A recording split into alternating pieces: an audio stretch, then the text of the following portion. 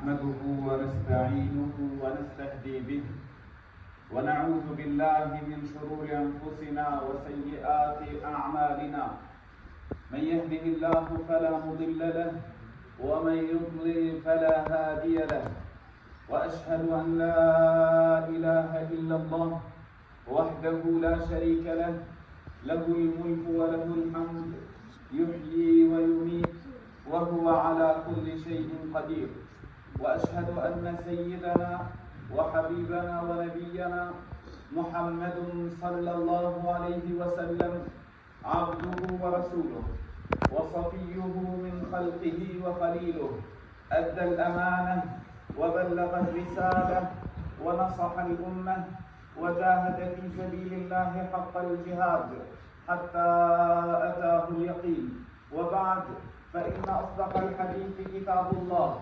وخير الهدي هدي محمد صلى الله عليه وسلم وشر الأمور محدثاتها وإن كل محدثة بدعة وكل بدعة ضلالة وكل ضلالة في النار وبعد يا أيها الذين آمنوا اتقوا الله حق تقاته ولا تموتن إلا وأنتم مسلمون يا أيها الناس اتقوا ربكم الذي خلقكم من نفس واحدة وخلق منها زوجها وبث منهما رجالا كثيرا ونساء واتقوا الله الذي تساءلون به والأرحام إن الله كان عليكم رقيبا يا أيها الذين آمنوا اتقوا الله وقولوا قولا سديدا يصلح لكم أعمالكم ويغفر لكم ذنوبكم ومن يطع الله ورسوله فقد فاز فوزا عظيما وبعد ما من الله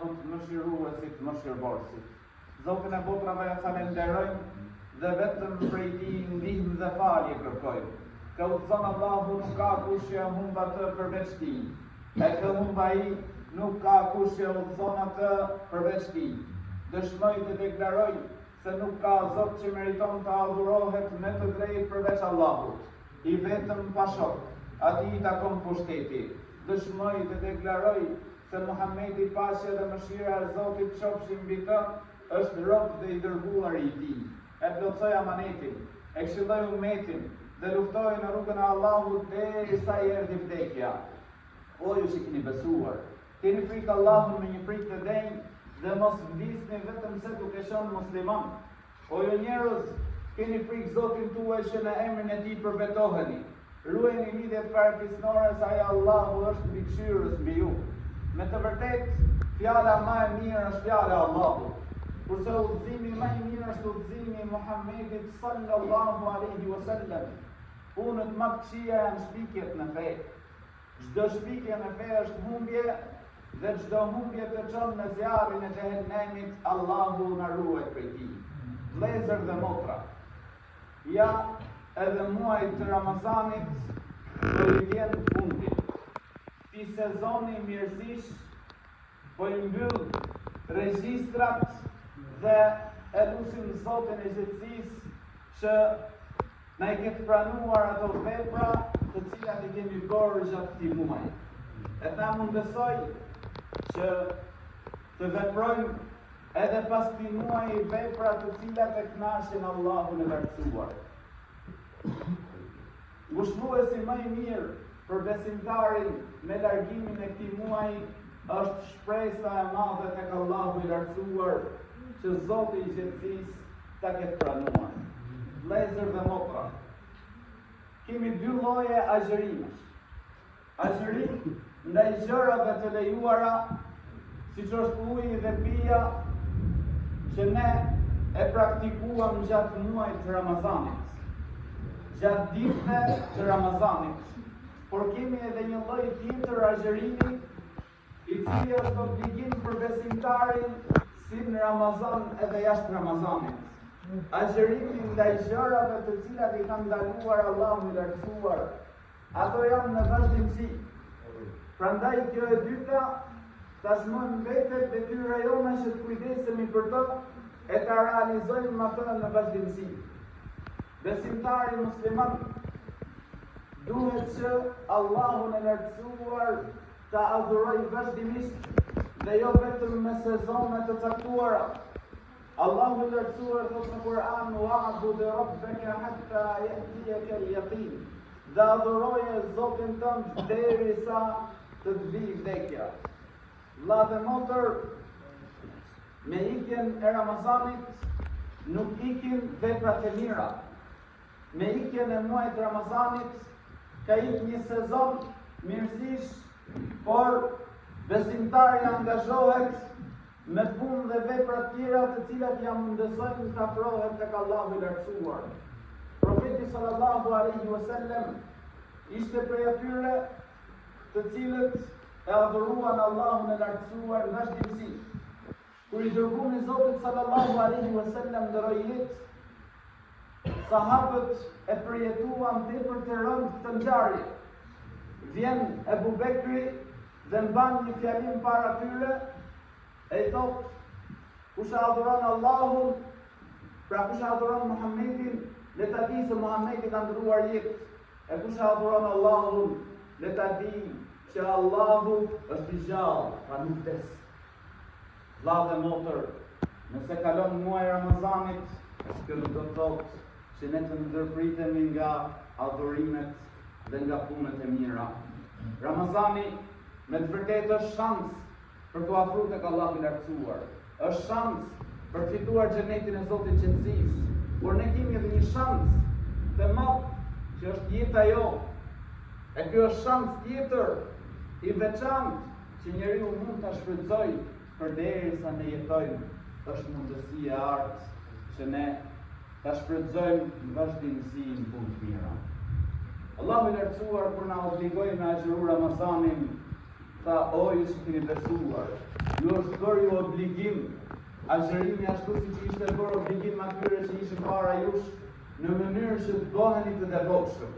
E devotshmëri, vllai i nderuar, është edhe vazhdimësia në vepra të mira.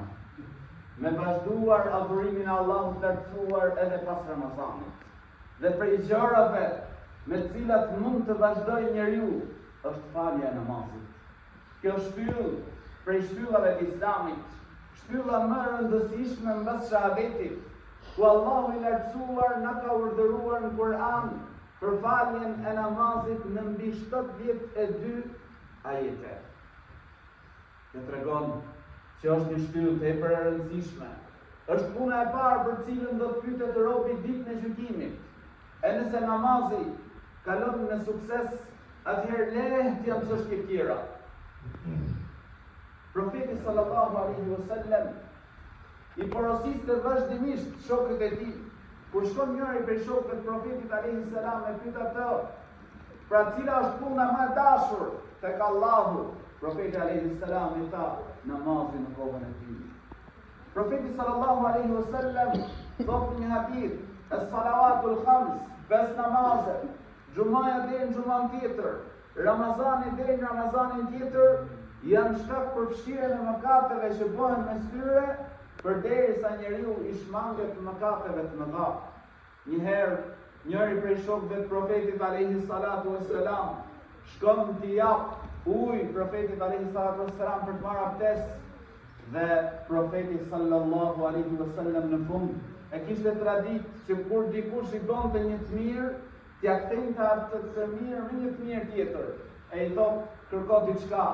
Tha: kërkoj shoqërimin tënd në xhenet.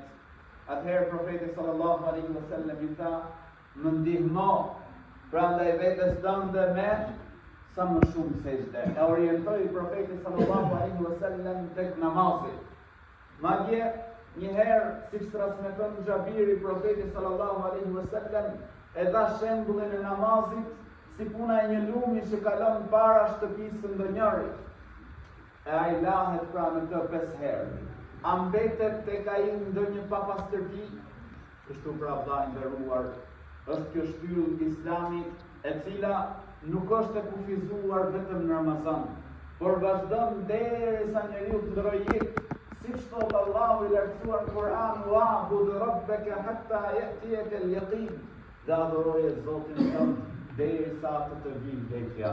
Vllai i nderuar, motër e nderuar, shenjë e pranimit të punës së mirë, pra ti ke agjëruar Ramazanin, ke fal taravi, ke qenë më i përkushtuar këtë Ramazan. Shenjë e pranimit të veprës së mirë është vazhdimësia në punë të mira. Dhe është e udhës për çdo njërin prej nesh, që para se ky muaj të përfundoj, dhe sonte është natë keke, është nata e fundit e këtij muaji të vegatës, është e udhës që çdo njëri pra ta mbyll këtë muaj Ramazani me një ndryshim, ose të marrë një vendim në jetën e tij që do të ndryshojë diçka për Allahun e lartësuar. Nëse për shembull para këtij Ramazani nuk ke fal namaz, e ke filluar këtë Ramazan, atëherë vllai, motra ime, mos e lër namazin pas Ramazanit. Jepi premtim Allahut lartësuar sonte, se ne e dim atë hadithin e profetit alayhi salatu wassalam, që Zoti i gjithësisë liron njerëz nga zjarri i xhehenemit çdo natë prej netëve të Ramazanit. E sonte është nata e fundit, ku i dihet ndoshta duke i dhënë Zotit gjithësisë një premtim për ndryshim në jetë, ndoshta bëhet shkak ky vendim që ti merr që Allahu i lartësuar të të shikojë me syrin e rahmetit e të të mëshirojë.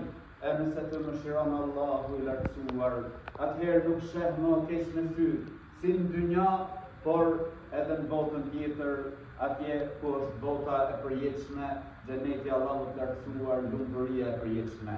Vazhdimësia në vepra të mira është një çështje të cilën e ka pas praktikuar profeti sallallahu alaihi wasallam.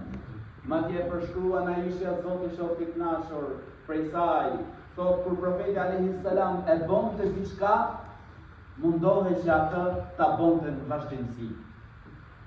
Po ashtu profeti alaihi salatu wassalam porosit dhe thot ahabbul a'mali ila Allahi adwamuha wa in qall. Puna më e dashur tek Allahu është ajo punë e cila bëhet në vazhdimsi, edhe nëse pra është pak. Prandaj vllai, motra ime, ato punë, ato vepra që i kemi bërë gjatë muajit Ramazanit, le të mundohemi që t'i bëjmë ato në vazhdimsi, sepse këto janë gjërat e dashura tek Allahu. Dhe asnjëherë mos e harrojmë atë hadithin e profetit sallallahu alaihi wasallam. Pra, ai i cili e sulmon men aada li waliyan faqad adantuhu bil harb. Thot Allahu i lartësuar, kush lufton një prej evlijave të mi, i kam hapur atij luftë, dhe nuk afrohet me diçka më të dashur tek unë pra robi, se sa ato gjëra që ja kam bërë atij obligim. E prej gjërave pra që na ka bërë obligim Allahu i lartësuar është pikërisht ajo që ne përmendëm, falja e namazit. Por me përfundimin e muajit Ramazanit nuk përfundojnë veprat e tjera të mira, nuk përfundon bamirësia ndaj njerëzve në nevojë, nuk përfundon respektimi i prindërve, nuk përfundon ruajtja e lidhjeve farefisnore. Pra le të vazhdojmë të jemi ashtu besimtar siç kënaqet Allahu i lartësuar me përfundimin e këtij muaji të begat. Patjetër që edhe profeti sallallahu alaihi wasallam ka bërë obligim për ne ndjerjen e sadakas së fitrit, për cilën ju ka folur edhe hoxha i xhamisë pra në ligjëratat që janë mbajtur. Gjithsesi një përkujtim e bëjmë, sepse Allahu i lartësuar thotë wa dhakkir fa inna dhikra tanfa'ul mu'minin, dhe përkujto se përkujtimi i bën dobi besimtarëve. Sadakaja e fitrit nxirret 1-2 ditë, pra 2 ditë ose deri 1 ditë deri 2 ditë para fitër bajramit, deri para faljes së bajramit.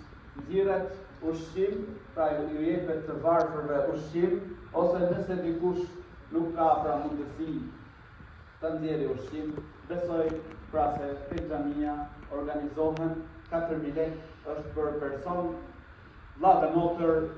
Me përfundimin e këtij muaji, Zoti i gjithësisë na porosit në Kur'an me diçka të veçantë. Do thotë: "Wa litukabbirullaha ala ma hadakum." Dhe ta madhëroni Zotin për atë që ju udhëzoi në mënyrë që të bëheni falënderues. Në perëndimin e diellit të ditës së nesërme, fillojmë edhe tekbiret e Bajramit deri pra në faljen e Bajramit, vlla dhe motër, mundohu që këtë gëzim, pra që ta ka mundësua Allahu i lartësuar, ta agjërosh muajin e Ramazanit, të falesh gjatë netëve të Ramazanit, ta shprehësh në familjen tënde, ta shprehësh tek fëmijët e tu, sepse është festa jonë me cilën ne duhet pra të festojmë, të gëzojmë, ta mbjellim tek fëmijët tanë që të ndjehen krenar me festat të cilat edhe profeti sallallahu alaihi wasallam kur shkoi në Medinë, i gjeti medinasit që kishin ata festat e tyre, e pyetën Enesin duke i thënë se ç'janë këto festa, Enesi i thotë, oj dërgumi i Zotit, këto kanë mbetur qysh në kohën e ignorancës. Profeti sallallahu alaihi wasallam i thotë, ju a ka zëvendësuar ato Allahu me dy festa më të mira, me Fitr Bajramin dhe Kurban Bajramin. E festa që vjen është një prej festave pra më të mira, të cilat i ka zgjedhur Allahu i lartësuar për ne. Prandaj besimtarët mundohet që ta shfaqet gëzimin e tij. Mundohet vllai i nderuar që atë ditë pra të lahesh, pastrohesh, veshësh rrobat më të mira dhe ti nxisësh gjithë familjarët e tu, të afërmit e tu, që me prezantuar në faljen e xumas, në faljen e Bajramit, edhe Allahu i lartësuar që t'i bëjë dobishme këto që quam. Wa aqulu qawli hadha wa astaghfirullaha li wa lakum wa li sa'iril mu'minina min kulli dhanb fastaghfiruhu innahu huwal ghafurur rahim.